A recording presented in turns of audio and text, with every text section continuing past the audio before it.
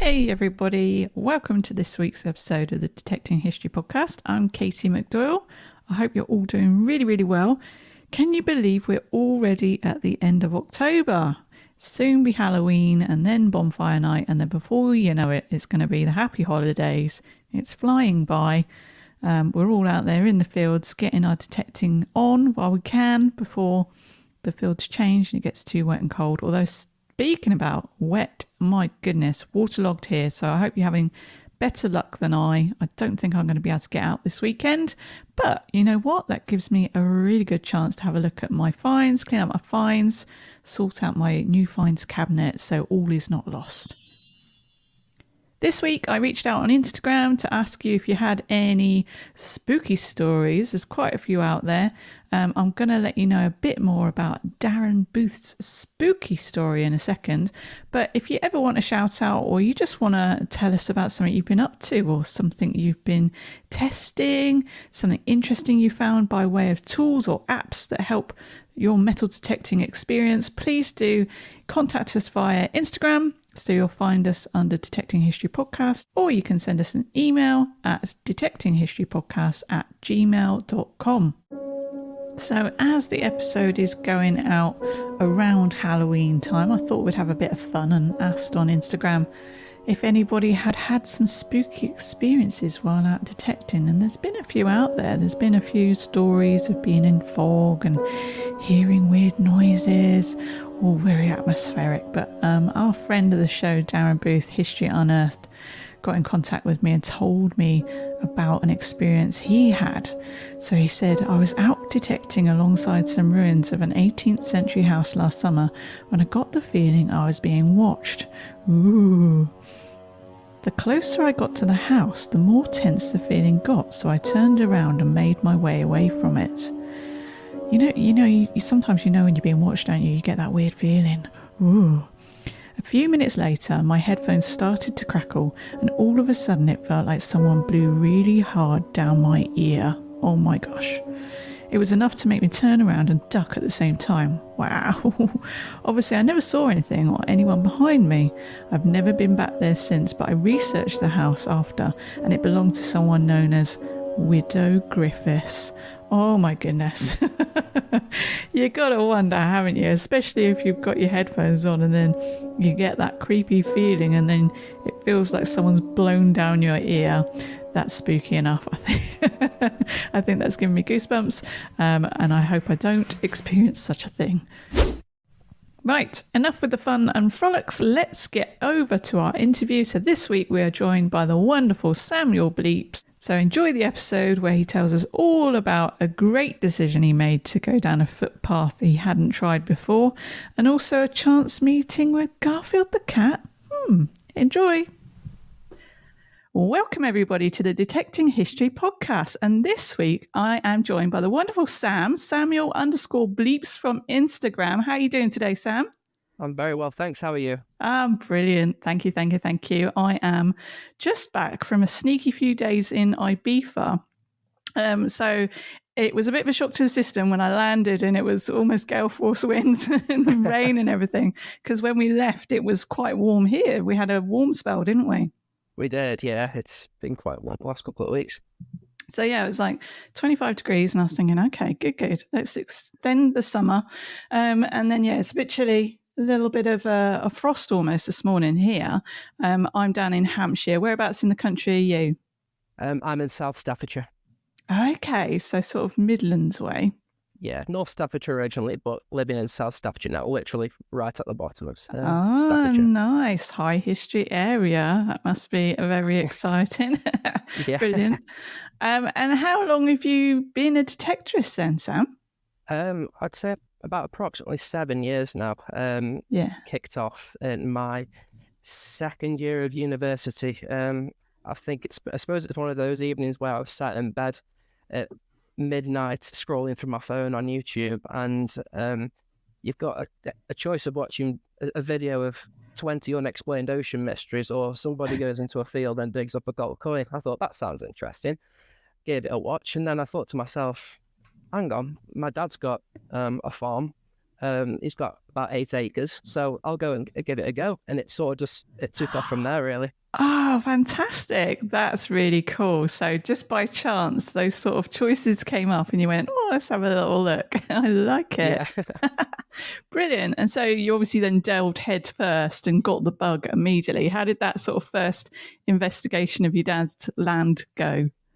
Well, I don't know if you can remember, but we had a horrendous storm. I think it was called Storm Doris. Yes. About 7 years ago, where it just absolutely battered the entire of the UK. And I thought to myself, should I just leave it till next weekend until the weather's any better?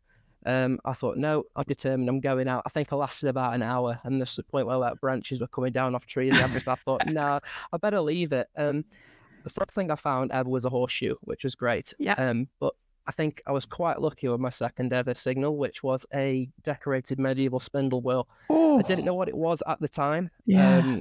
I didn't survive much longer after that. I think, like I said, I dug about 4 or 5 holes that day. Went in, went straight onto the online forums. I think it was the main metal detecting page on Facebook. Yeah. And asked what it was, and I got told this is potentially 700-800 years old. And from then on, I was just completely hooked. There's nothing like it, is it? You just get absolutely hooked by your first actual thing, even if it's just like an old tin soldier or something. You get researching, don't you? And you get hooked. Oh, that's brilliant! I love that.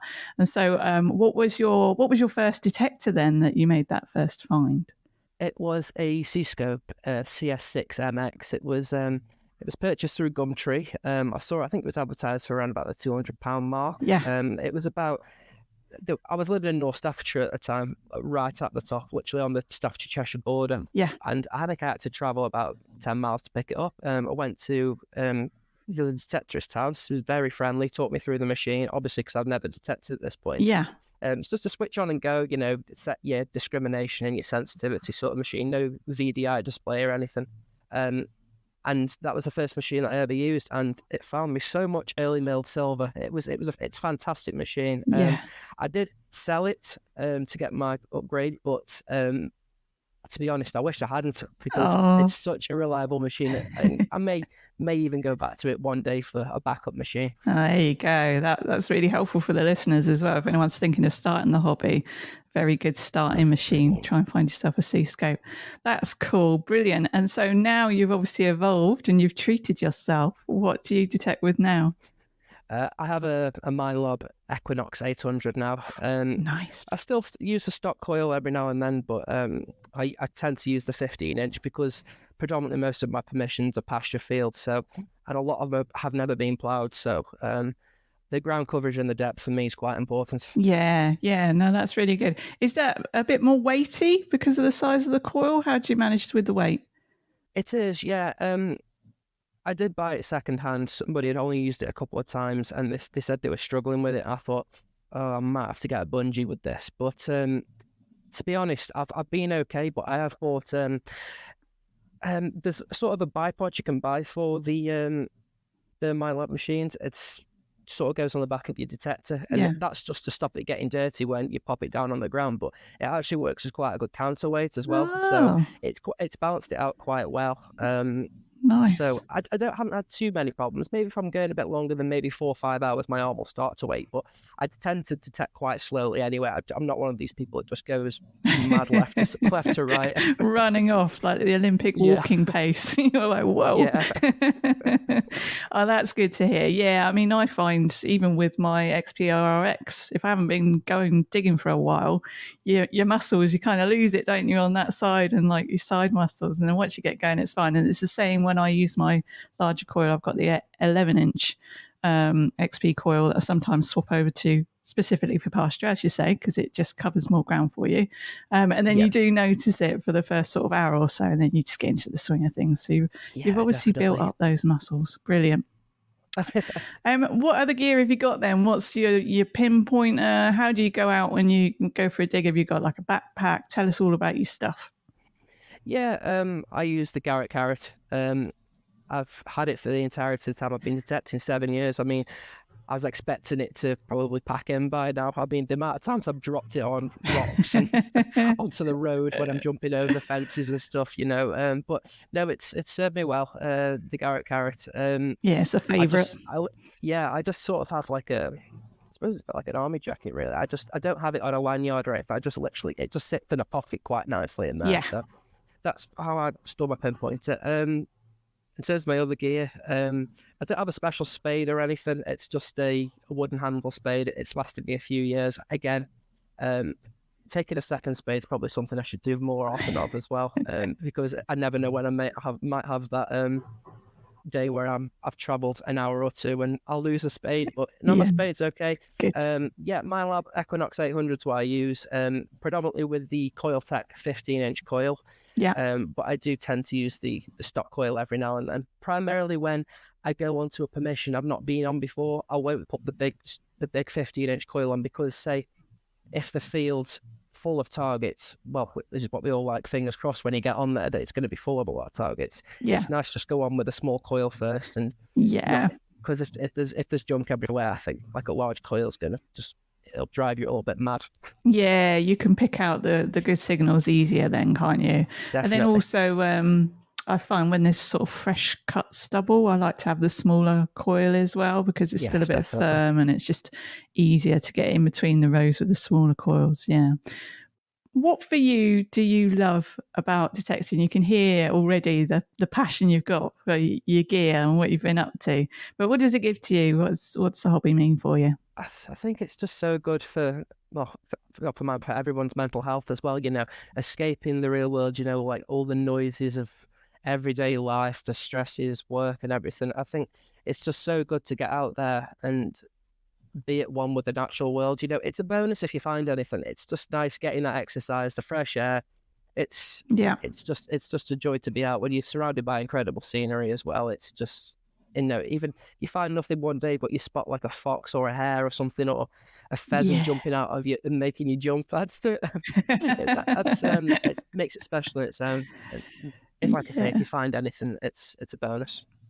It's a Brucey bonus.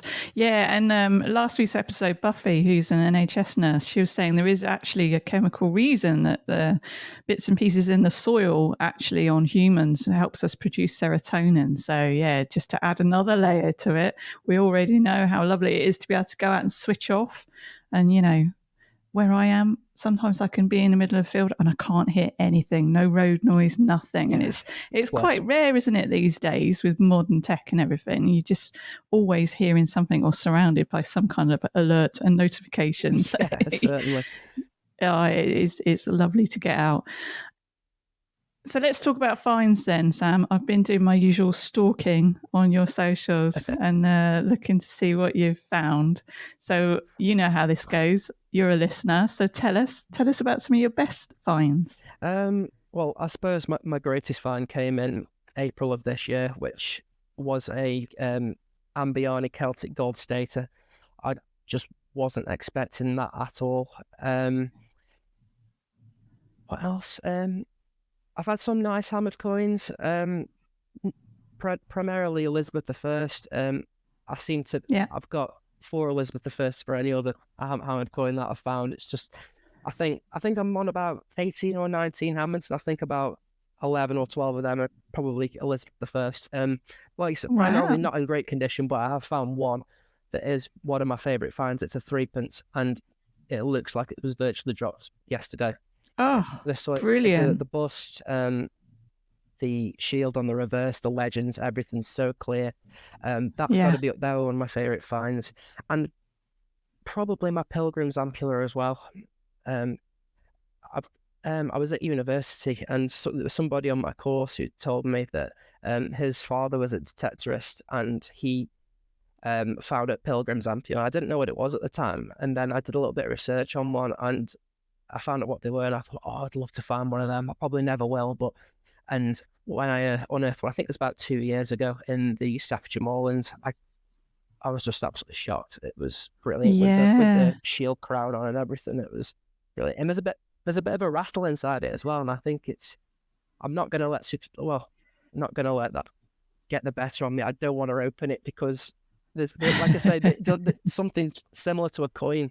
There's a bit of a sound in there like that, but I know because obviously they used to. Well, there's rumors that they used to bury them with coins in, but to be honest, it's so nice. I don't want to break the seal. I want to keep it as it is. But I won't let fascination get the better of me. Yeah, keep that mystery.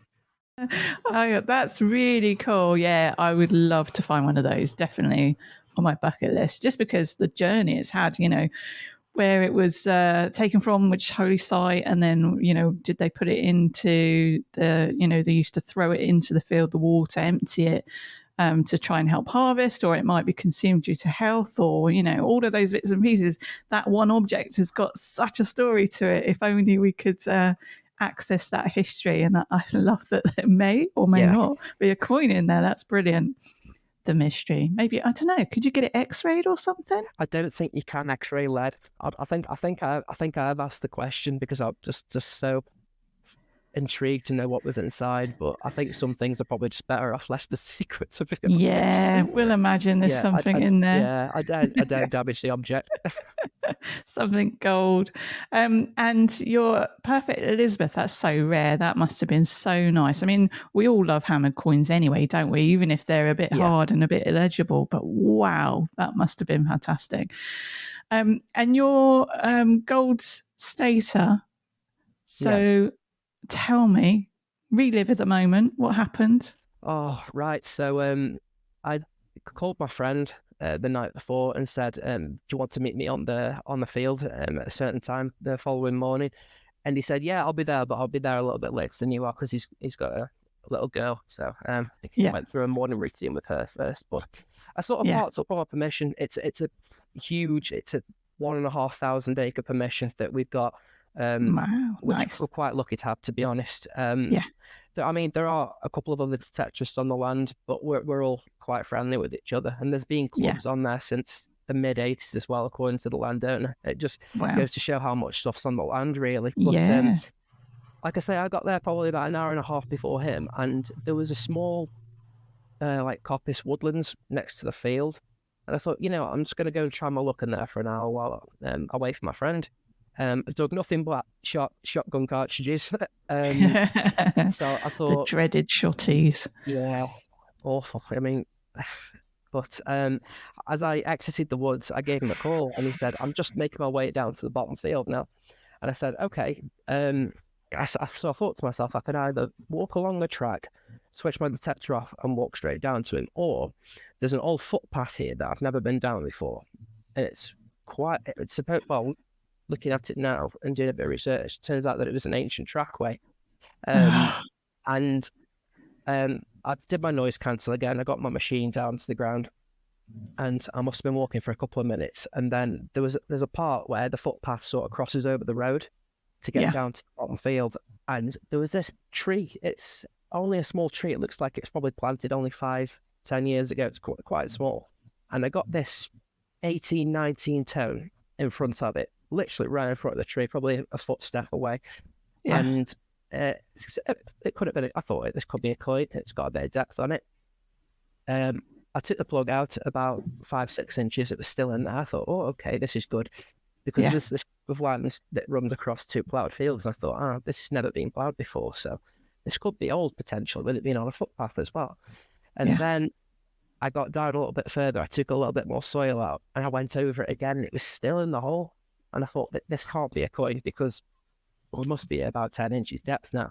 And then as I took the second layer of soil out, I just saw, on the back of, well, the front or the back of the stator, it's plain, there's nothing on it. And just saw a circular gold disc, and I just sort of froze, because I don't know if I've been looking at status the night before or something, but I kind of want to say I knew what it was.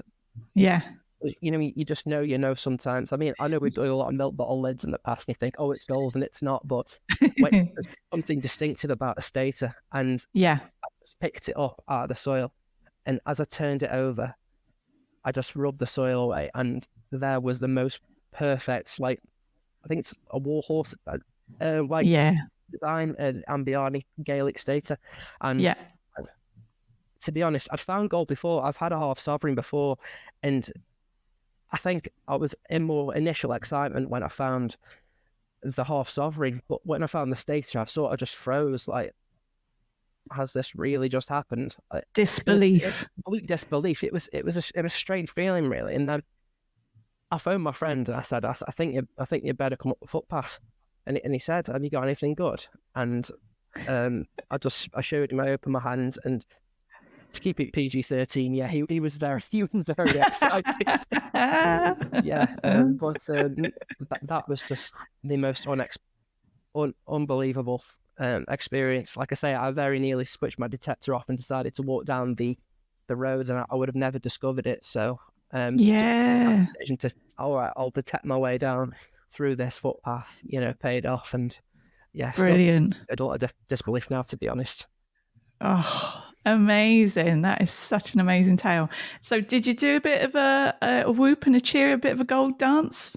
First or second goal? I had to be reminded to do my gold dance the second time, to be honest, because I was in that Sam. much, just because I was in that much shock. This time when I had the half sovereign, I did a gold dance on the spot. I was on my own, but with the second one, I just, like I said, I was in that much shock. I had to be reminded to do anything. It was almost weird continuing detecting that day because the excitement was just... Yes, no topping that. and that sort of, you're right, we all know what a gold stater looks like, and that horse design as well, that's the one, we're all like wanting and hoping for. But when we look in our magazines, and that is what we see, and to actually see it in real life for the first time, I can imagine how you were just like, what is this actually happening? Yeah, certainly, especially when I've not found any Celtic in that area before. The odd little bit of Romans come up before, but Celtic, just I think that was a shock, just knowing that I've never found anything. But I have found a terror ring before a few years ago, but it's a crossover from Roman Iron Age, so it was sort of tricky but that was miles away from where I was detected when I found the stater. Yeah. Well done you. And that moment, we all have that. So I do the same. I've had a long day maybe, and I want to return to the car. And I'm like, should I just pack up or shall I detect back to the car? Every time I decide to detect back to the car, because I'm like, what if I walk over that one thing? What if I do it? Even a little bit quicker than usual as well. Like I say, just... even if you're in a rush to get back, like, even if you have that extra 5 minutes, it's just worth detecting that little bit quicker. It's always worth just keeping your machine on, because like you say, if you turn your machine off, you don't know what you're not going to find it. Yeah, exactly. You feel like the detecting gods will get angry with you. Yeah, definitely. And it's funny as well, like deciding which way to go. Quite often I'll be messaging friends or something, and they'll be like, oh, one of my friends said, go towards a magpie. If you see a magpie, go that way. And Ronan from Detecting North Wales, he said that one day he found, I think it was his Roman denarius, maybe. He sort of saw a dove or a pigeon, and he was like, oh, okay, I'll go in that direction. And they're obviously showing me the way to go. Yeah. And then hey presto, finds it. So we're all superstitious in some ways, aren't we? We have to make those decisions. Okay, so on to your weirdest or odd finds. Have you found anything weird and wonderful out there, Sam? Yeah, I was listening to previous episodes, and I thought, oh, I'm gonna have to share my story if I get to go on the podcast. Oh, this is gonna be good. It's I still can't believe it, to be honest.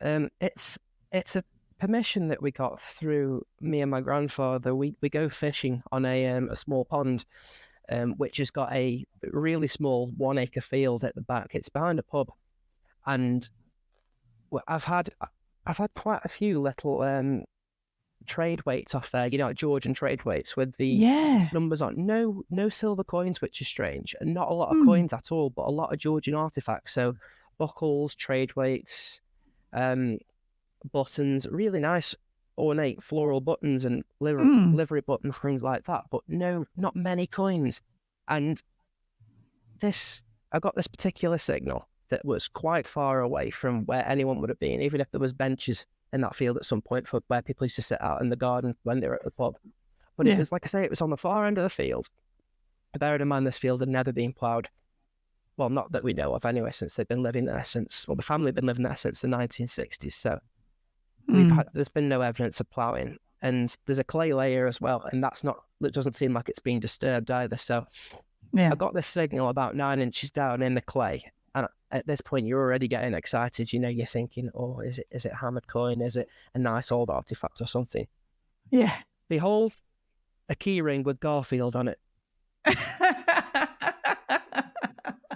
How on earth that got there, like I said, I've absolutely no idea. But I must admit, obviously, I was a little bit disheartened to think, oh, but at the same time, it was quite hilarious. That is brilliant. I love that. You just have this smiling ginger cat looking at you.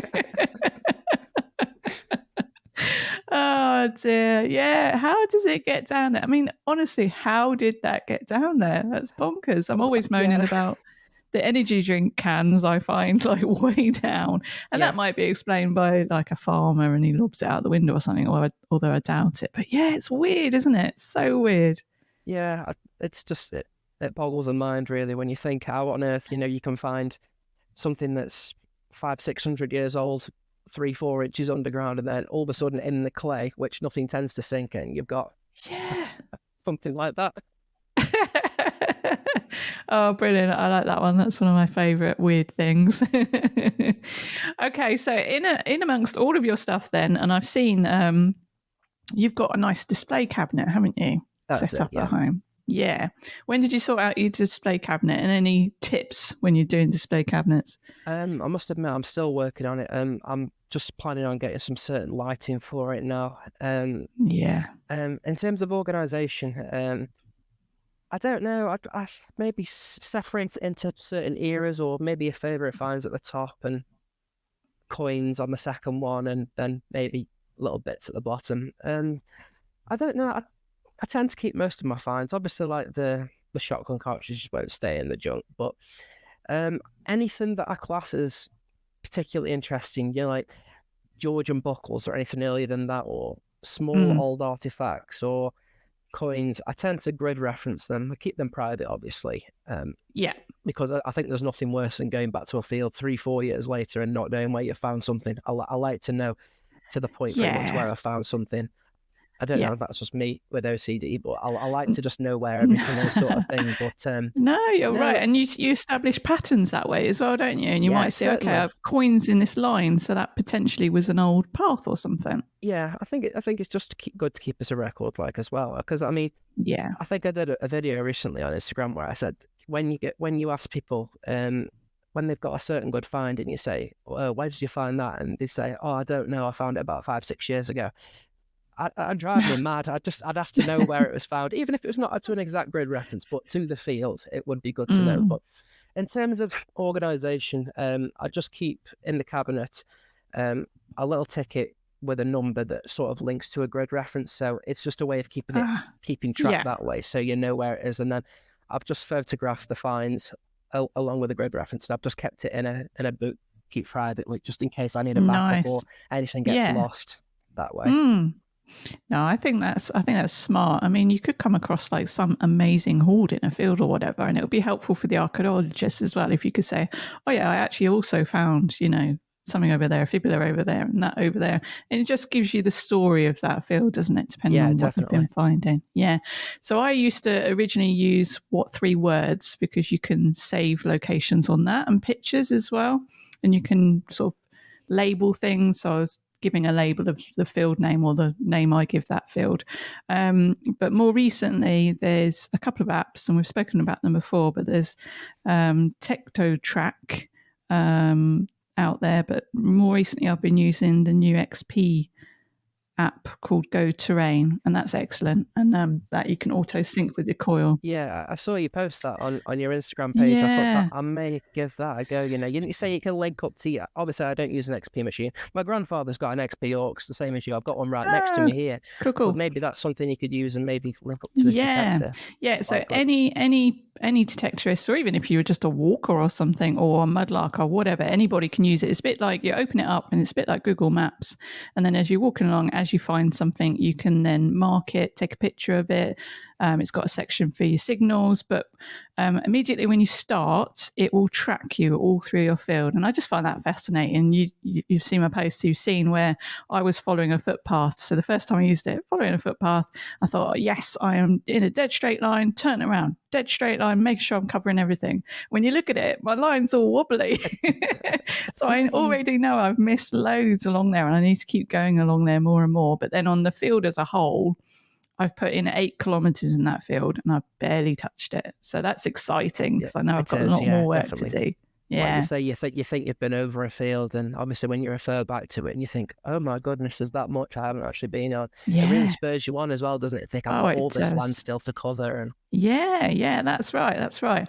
Yeah, there's a field that I've got called Button Moon, just because I find a lot of buttons in there.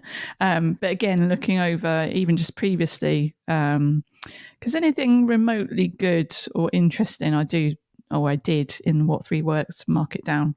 And again, I've barely covered that. So yeah, so exciting. Okay, so when you think about all your finds, or just as a history buff, which you must be by now because you've been detecting for a while, I sort of learn as I go. Not a natural historian, but as and when I find things, I'll learn the history about it. And this podcast is also helping me. But what's your favourite history era, do you think? I would probably say the Stuart era. I have a fascination with James I's reign. Just the fashion and everything, and everyone's absolute paranoia with the superstitious world and everything. I love his hammered coins as well. The first ever hammered I ever found was a Irish James I sixpence. And me probably being too nice at the time, found this coin, went straight to the farmer and said, I found this. And I don't even think he wanted it, to be honest. He was just amazed that I found it. And I said, you're welcome to keep it if you want. And he said, yeah, I'd love that. My wife collects coins. So my first ever hammered coin, I haven't got any more. But no, it did open some more doors for me. And it did allow me to get another field. No, James I, I just, obviously, just his bust on some of his coins and how the drapery looks and the legends. I find it a fascinating era, I really do. And outside of metal detecting, I also collect Stuart era coins. So I do like the half groats of James I's coinage as well. I've got a few of those in my collection, which brilliant. I'm very happy to have. Yeah, absolutely. So have you got in your finds cabinet then, have you got a sort of a shelf just with that era on, or have you? I've got a mahogany box. I store that separately away from my detecting finds. It's actually currently at my grandfather's house. Nice. I keep it there just for storage purposes at the minute. It's quite secure. It's alarmed and everything. So. Oh wow, nice. It's great that you've got your own sort of, like you say, you collect from an era as well as what you collect part of your detecting. So it's twofold for you. I sort of have this strange way about collecting. So I will only collect a certain type of coin that I found in the ground. So I sort of learn more about the monarch that way and the denomination of coins. So I don't know. I wouldn't go out and buy a coin of something that of a monarch, for example, that I haven't found before, because I want to go and find it first. Nice. And then what I'll try and do is if I can afford, I'll save up for a coin of that era, and then buy an improved example on what I found. Yeah. So. Yeah. It's even better then. So when you find something you've not found before, not only have you just found that you haven't found before, but then it opens up this whole new world for you and you can start collecting. Yeah. That's brilliant. I really like that. And so does that link in then with your favourite monarch or emperor? Are we speaking of the same person here, or is there potentially someone else as well? I have probably 3 favourite emperors. James I definitely being one of them. Yeah. Henry V is another one of mine, only until recently. Have you watched The King on Netflix? No. It's an amazing watch. Yeah, It's a great film. That just made me that just really spurred me on to try and find something Henry V. I know they're hard to find, but no, I think he was obviously winning the Battle of Agincourt, everything. I think that was I think he was a great king. I think he has to be one of my favourites. And probably Henry II. I like Henry II as well, being the first Plantagenet King of England as well. And I think his coins are quite rare to find as well. So that's another one that I would like to find, definitely. Yeah, and the styles on those coins, like Henry II, they're quite difficult, aren't they, to differentiate between the different Henrys. So I recently got a magnifying glass, and there's so many good guides out there, and there's subtleties in sort of the shape of the crown and how you can identify them that way if the detail isn't too great. So what was that film called? The King on Netflix? The King, that's it, yeah. For the Henry V, you said. Excellent. There you go, everybody. Top tip. Something to watch at the weekend if it's raining. Brilliant. Okay, cool. So you mentioned you had some land that your dad had, and you've got a nice big permission as well. How do you go about trying to secure permissions yourself? I'm quite lucky in that aspect because obviously my dad has a farm and he knows farmers, so that's how I've sort of got the doors open in that area. He's based in Cheshire, so there's some good land around there, primarily arable fields. So in Cheshire, that's where I've got most of my land. Again, I'm so thankful for people because I haven't had to do a lot to get a lot of permissions. I know some people may be thinking, "Oh, you're so lucky," but my grandfather actually works in engineering as well. So he calls at a lot of farms and knows a lot of farmers and's got quite a good rapport with a lot of them. So I've got a few permissions through that. In terms of getting some of my own permissions, what I've probably found most success from is, obviously I know nobody likes door knocking, but if you are going to go and knock a farmer's door, I would say just be yourself and do it that way. The worst thing that can happen is they can say no, literally. But what I have found is a good way of getting permissions as well is, well, it was the one where I found the Gulf Stater, how I acquired that land was I actually wrote the farmer a handwritten letter. I think farmers like receiving handwritten letters. But I think if you send an email, I think like farmers can be so busy and everything, and it just sort of gets disregarded and forgotten about. But I think if you take the time to write a letter, I think they're probably, I think they like, I think we like to say we all like receiving letters. But when someone's handwritten one, I think it just makes it all that more personal, and they're more likely to respond to you that way and think it's quite genuine. So more effort on our end. And you're right, if I receive a handwritten envelope through the post box, I'm immediately ripping that open. I think it might have been Paddy Catex that mentioned it on a previous podcast, but that's right. Like I say, I think they just like receiving it. Just feels more personal. The personal touch, and sort of sharing a little bit about yourself and what you might have found previously and all that kind of stuff. Get them thinking.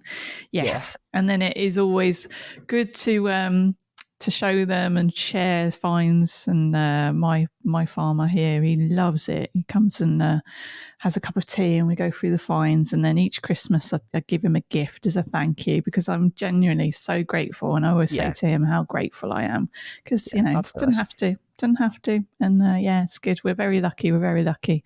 So good top tips there. Have you got any other top tips for budding detectorists or detectorists of old out there?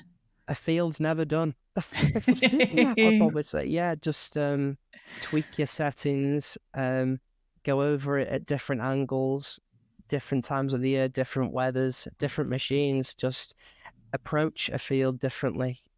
When you're having a dry spell, or if you're limited to what land you can go on due to times of the year with crop and everything, if you can only go onto a certain field and you don't think you're going to find a lot, just try tweaking your sensitivity, or try changing your discriminator down a little bit. Try a different coil if you can, or the speed in which you detect anything really, or just dig anything that you wouldn't usually dig. I mean, I sort of, a VDI screen's great for me, but at the same time, I think we can be focused on that too much and not actually focusing on what the signal sounds like. So personally, I dig anything that's a positive number if it's clear always. If there's an iron grunt, then probably not so much. But if something's ringing at 2 or 3 and it's completely solid, it's coming out of the ground. And with the old saying, if in doubt, dig it out, to be honest. So just if there's any absolute doubt in your mind, just dig it up. Great advice there. I've been doing that recently, and You sometimes fool yourself into thinking you know what something is when you found a lot of it. So, for instance, I would maybe think 68 is a shotgun cartridge or something like that for me in some of my fields. And some days you will find lots of shotgun cartridges at 68. But I dug up something that was like 34, and I'd usually never dig that low on the VDI for me because ORX obviously goes up to 100. And I dug it up, and then when I got it out, it was a coin, and then I scanned it again, and it was 88. So it just shows you, doesn't it, that you can't go on the numbers. I will just add that I went on a friend's permission just before lockdown, and we had a field that was completely littered with moo tubes, and they all rang in on the Equinox at 14, and now we all know what 14s can be on the Equinox, and lo and behold, we did eventually end up digging Elizabeth I. It was a battered 3p, but we had to get through all of those cow tubes because they virtually sound exactly the same, and it was so disheartening and so backbreaking all day digging. We must have dug probably 100 each. And then eventually we did get one. We knew there was an old manor site, so we knew there was going to be something there, but it was just all mixed in with this relatively modernish trash that we had to get through. But You're paying your dues, aren't you? You're cleaning up the earth, the ground, you're recycling, and you're cleaning up, so then you're only going to hear the good signals. So it's always worth persevering. Oh, certainly. You have to think that when you're having a bad day, certainly. If you're just digging junk, you have to think, at least I'm cleaning the ground up, I'm doing my bit to help out. Ever the optimist, glass half full and all that jazz. Okay, brilliant. Have you ever had any issues when you've been out detecting? Only one, I've noticed. Me and my friend, this is going back now, this C-scope days, but we got a permission in Cheshire on these really open fields, and they were next to a main road, and we thought, oh, brilliant. Went to the farmer, and he said, my fields are literally just the two that run along the main road. We went on, and I thought, good grief, this is a bit good to be true. I've never seen turf like it. It's like a football pitch. This is unbelievable. I feel sort of guilty digging it up. And we must have been there for about 15 minutes. Another farmer came on a tractor and said either he was a tenant or he was the actual farm renting the land. I think the guy's door may have been the tenant farmer. It wasn't actually the landowner. And he was actually using that field for turf. But to be honest, I thought as soon as I saw him, and he sort of had a bit of a face of thunder. I thought, oh no. We sort of laughed it off though, and we had a laugh and a bit of discussion about detecting in the end. But I thought that was probably one of the only times I was going to be in trouble. But no, I was all right. He showed me some other fields that we could have gone on anyway, which is okay. It was just there was two in particular that they were clearly for turfs. Doing it for turf, so it was literally a lovely carpet. Oh gosh, so funny. Okay, cool. What other hobbies, Sam, have you got? I mean, you've spoken about your coin collecting outside of detecting. Anything else you get up to? Like visiting a lot of National Trust and historic houses, English heritage locations like that. Me and my fiance, we go to these places quite regularly. Take the dogs to these places, which is nice. I like walking. Spend a lot of time reading as well. Reading's one of my favourite things, all things historical. I'll go to the footy every now and then with my dad as well, which is good. I do enjoy getting to the football. So, do you wanna dare tell everyone who your team is? Port Vale. Port Vale, yay! Yeah, very good. Don't be ashamed of your team. I'm a long-suffering Spurs fan. To be honest, I wanted to draw Spurs in the cup. I want to go down to that new stadium. It looks amazing. Oh, it is amazing. Actually, I think the first game I ever saw was at the old stadium, and it was like a League Cup tie, and that was against Port Vale.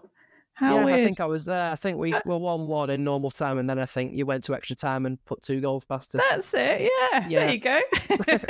We're in the same place at the same time, Sam. Yeah, that's it. Sorry about that. That's all right. Brilliant. Right, let's move on to then the bucket lister section. So, Tell us, Sam, what is on your own personal bucket list? What are you yet to find that you really want to find?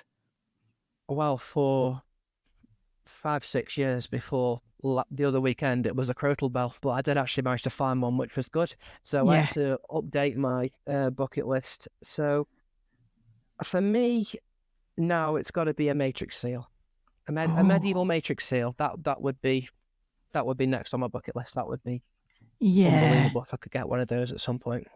Oh, that's really cool. Yeah, and then you've got the whole fun of researching, haven't you? Trying to work out whose it was. Yeah, that's awesome. What would you say then would you want to place on the ultimate bucket lister list for our listeners? A gold matrix seal. A medieval gold matrix seal. That would be yeah. Everything. My God. Imagine you wouldn't be able to speak for a week if you found one of those, Sam. You'd be like, oh my goodness. Excellent. Good. I will enjoy researching that as part of the extras episode as well. Seeking out one that's already been found before and retelling that tale. So that is firmly placed on the ultimate bucket lister list. Thank you, Sam. Right. Is there anything else you would like to tell us about? Have you got any other detectorists that you would like to hear on the podcast? Who do you recommend I try and get on? I'll give a shout out to 3. Jake Detects on Instagram. I believe he's got a YouTube channel as well. He's got some unbelievable finds. Yeah. Like a really nice guy as well. Gareth Millwood, Dukes of Derbyshire. I've been following him for quite a few years. Again, YouTube channel. Fantastic professional videos. And the girls at Roman Found as well. Yes. I've recently been following them and they've been doing really, really well. So they're 3 absolute stunning recommendations. We do have one question from the listeners, and that's what's your music or listen of choice as you're on your way to your permissions? Anything heavy. Okay. I'm a bit of a metalhead, to be honest. Metallica, anything like that. Probably more known bands. I listen to quite a load of niche bands, like local bands and stuff. But big bands, Metallica, Deftones, a bit of Slipknot, anything like that, really. Yeah, it really gets you in the mood, wakes you up and gets you going. Yeah. Fantastic. There you go, everybody. That is Sam's recommendation for a listen on the way to the dig.